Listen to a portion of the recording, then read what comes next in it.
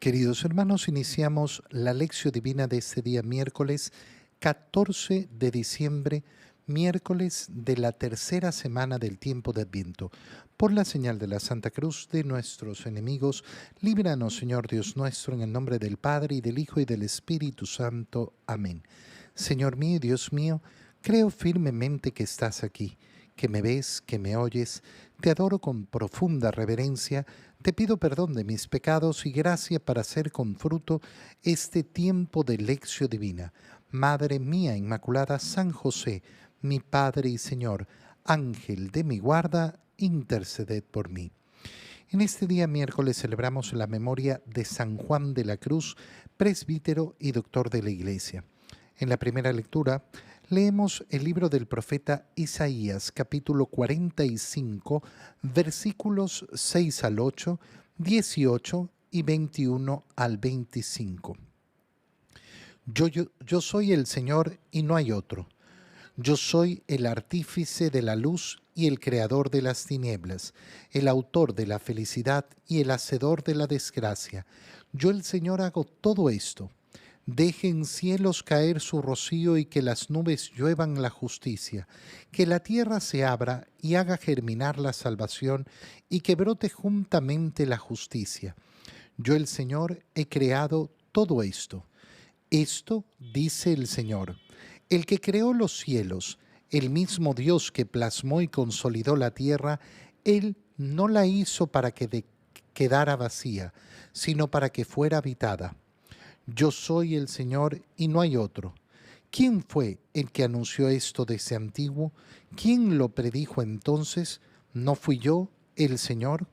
Fuera de mí no hay otro Dios. Soy un Dios justo y salvador, y no hay otro fuera de mí. Vuélvanse a mí y serán salvados, pueblos todos de la tierra, porque yo soy Dios y no hay otro. Lo juro por mí mismo, de mi boca sale la verdad, las palabras irrevocables. Ante mí se doblará toda rodilla, y por mí jurará toda lengua diciendo, solo el Señor es justo y poderoso. A él se volverán avergonzados todos los que lo combatían con rabia. Gracias al Señor, triunfarán gloriosamente todos los descendientes de Israel. Palabra de Dios. La lectura que hacemos hoy del profeta Isaías nos recuerda ese principio básico. Yo soy el Señor y no hay otro. Y esto lo va a repetir una y otra vez. La importancia de creer en la existencia de un solo Dios es porque en la base de todo pecado está la soberbia. Y al final, todo pecado se vuelve una idolatría. ¿En qué sentido? El pecado surge de no confiar en el Señor, de no creer efectivamente que el Señor tiene la razón, que aquello que nos manda el Señor es aquello que nos conduce al bien, a la verdad, a la belleza. Y ponemos nuestra confianza en nosotros mismos, en mi decisión de creer que efectivamente este camino que yo elijo contrario a lo que me ha dicho el Señor es el que me conducirá a la felicidad. Y por eso todo pecado termina de alguna manera en una forma de idolatría.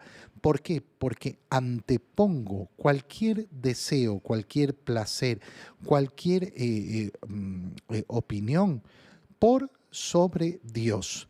El pecado de idolatría no significa simplemente la adoración formal a los falsos dioses, sino además, lógicamente, el no poner a Dios en primer lugar.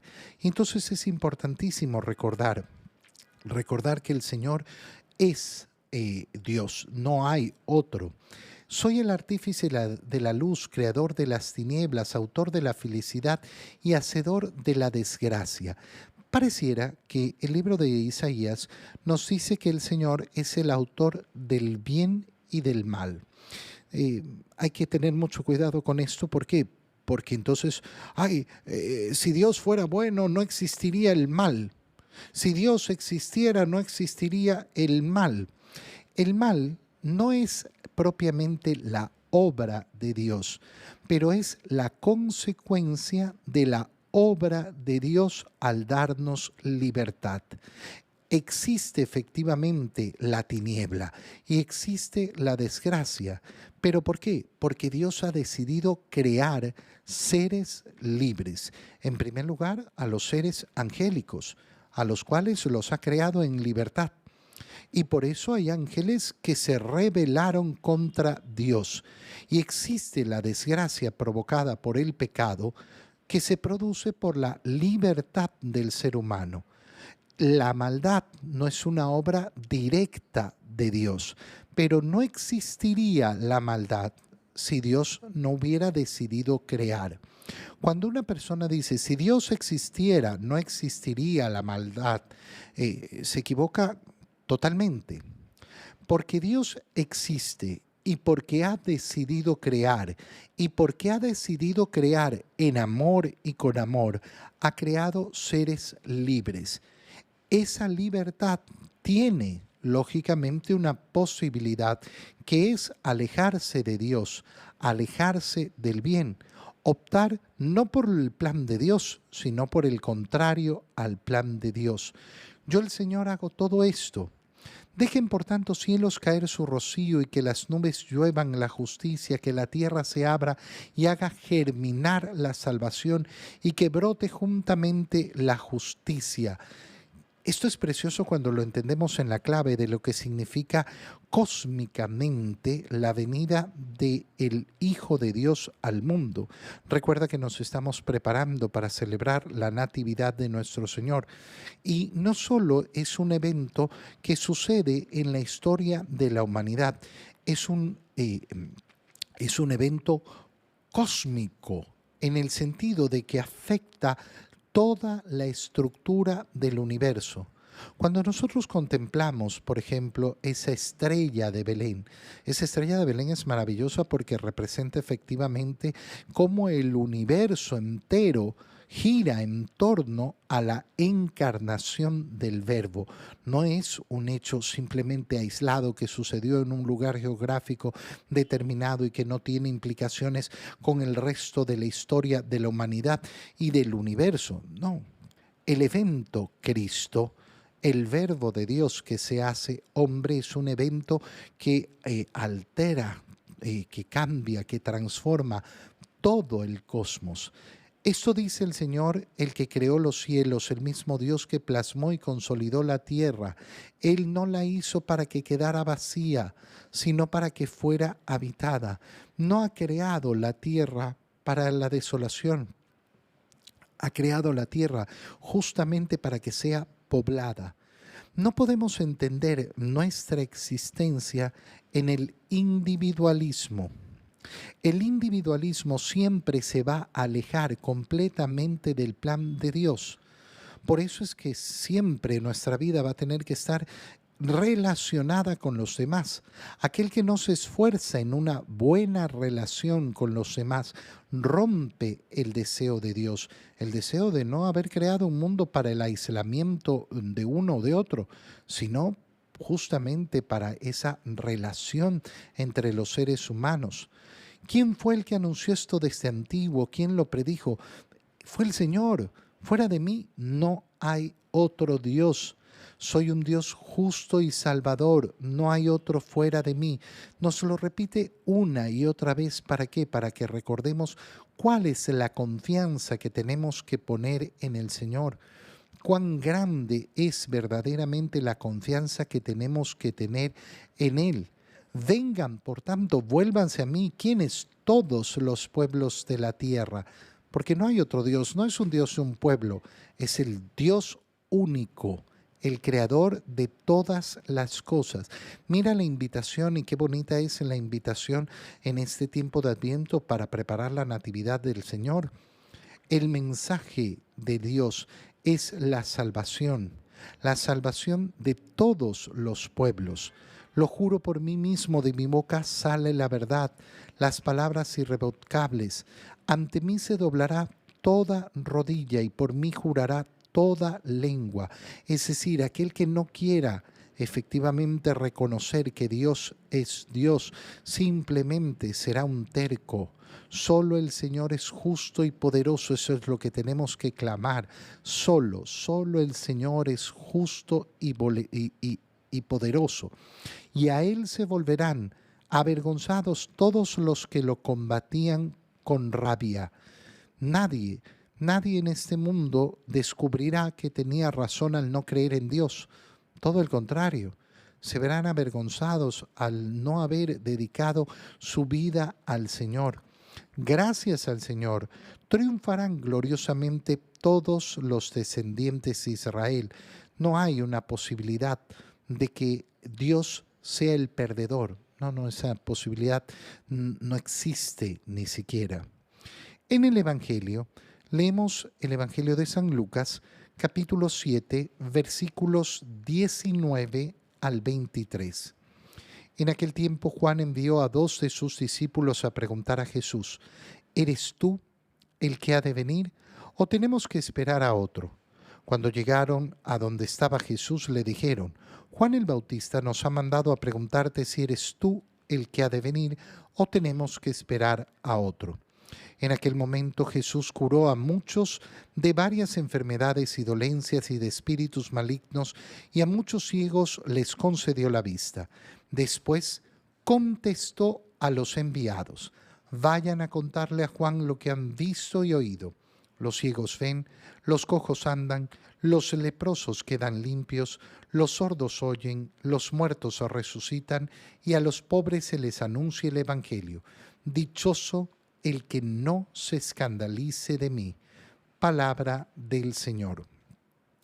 Volvemos a repetir en este día miércoles la lectura que hemos hecho el día domingo, pero ahora la realizamos en el Evangelio de San Lucas y vemos que tiene una pequeña diferencia a lo que hemos escuchado el día domingo, a pesar de que es exactamente lo mismo. Juan envía a sus discípulos a preguntar a Jesús.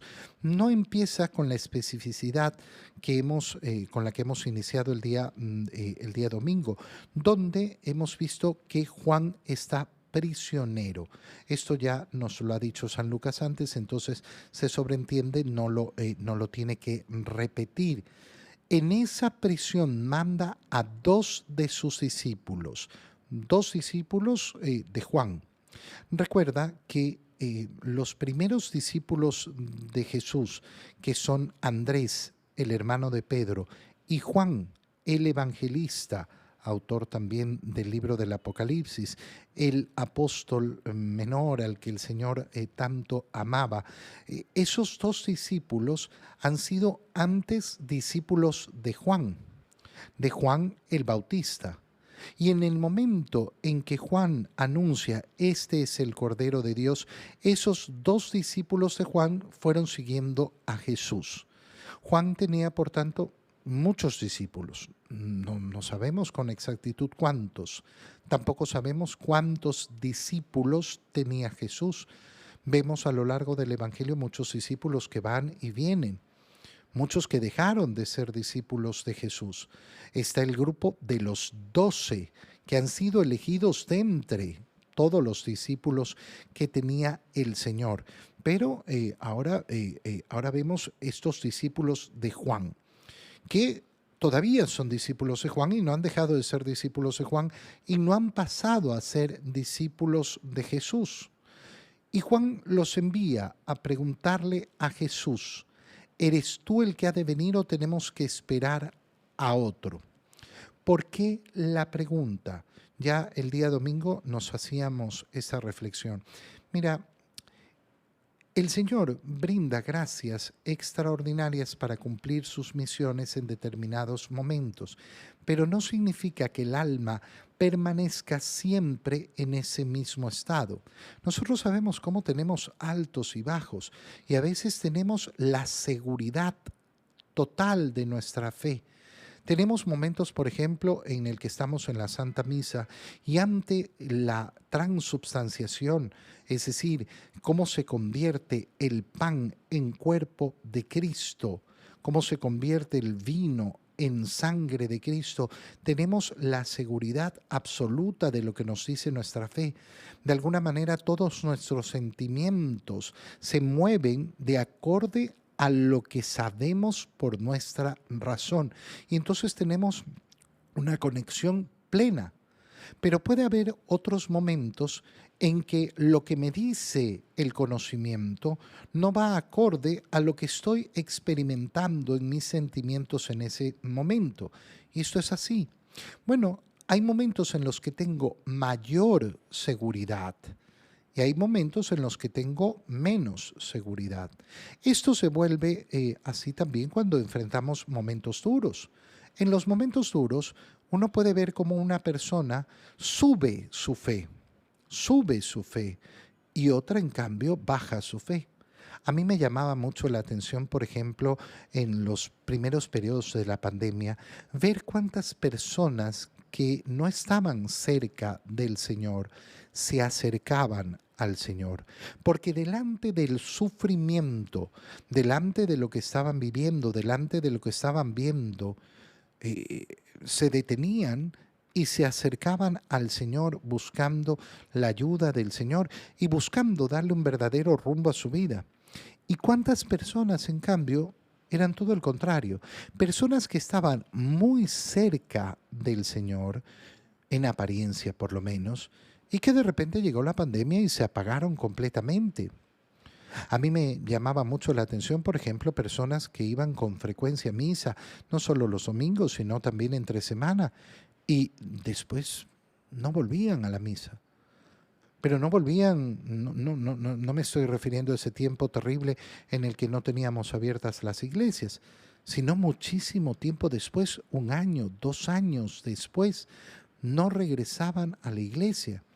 Y uno decía, oye, qué cosa más extraña, porque aquel que estaba alejado estaba angustiado porque abrieran para poder ir a confesarse y poder volver a comulgar. Y en cambio este que se suponía que tenía ese conocimiento, ese amor, resulta que se apagó completamente. Bueno, esto es un proceso normal. Normal que uno baje y sube, y por eso tenemos que mantenernos y no depender de las situaciones externas ni de los sentimientos. Pero podemos entender perfectamente cómo Juan en la cárcel está teniendo ese momento de obscuridad. Y entonces manda a preguntar al Señor, pero Juan, si tú fuiste el que dijiste que este era el Cordero de Dios, sí, pero ahora ve que ese momento se ha nublado. El recuerdo es lejano, sí, cuando yo estuve, tuve la claridad, pero ahorita no tengo esa claridad, ahorita no tengo esa inspiración, ahorita no tengo esa gracia, ahorita estoy enfrentando este problema. Y tiene entonces esa duda. ¿Pero qué hace? Manda a preguntar, y esto es bello, ¿por qué? Porque nos muestra cómo tenemos que enfrentar las dudas que podemos encontrar en nuestro camino. ¿Puedo encontrar dudas en mi camino? Claro, por supuesto. De hecho, si soy una persona que piensa, tendré que plantearme dudas, tendré que hacerme preguntas, pero lo importante es ver cómo Juan busca la respuesta. No va a hundirse en la oscuridad de la cárcel. No se queda en sus propios pensamientos, en sus propias dudas. Manda a preguntarle a Jesús directamente. Tengo dudas. Anda a la fuente. Anda a la fuente. No, le voy a preguntar a YouTube, le voy a preguntar a Google. No, anda a la fuente, anda a la palabra de Dios, anda a la doctrina de la iglesia. Ahí es donde vas a solucionar efectivamente las dudas de fe que puedan aparecer. ¿Qué hace Jesús? Y aquí la diferencia con el evangelio que leímos el domingo. Jesús no les contesta inmediatamente, sino que en aquel momento se pone a curar a muchos de sus enfermedades. Es decir, lo mismo que nos ha mostrado el evangelio, pero nos muestra cómo el Señor en ese momento ha decidido hacer obras. ¿Para qué? Para que esos discípulos no le vayan a decir a Juan, mira, nos contó que estaba haciendo esto y el otro y el otro. No, lo vimos hacer esto y esto. Es decir, Jesús lo que le ofrece a Juan es una respuesta verdadera y profunda a sus problemas. Le ofrece efectivamente ese camino para no sentirse escandalizado de Él, para confiar en Él. Si nosotros buscamos al Señor en nuestras dudas, este es el modo en el que el Señor actuará.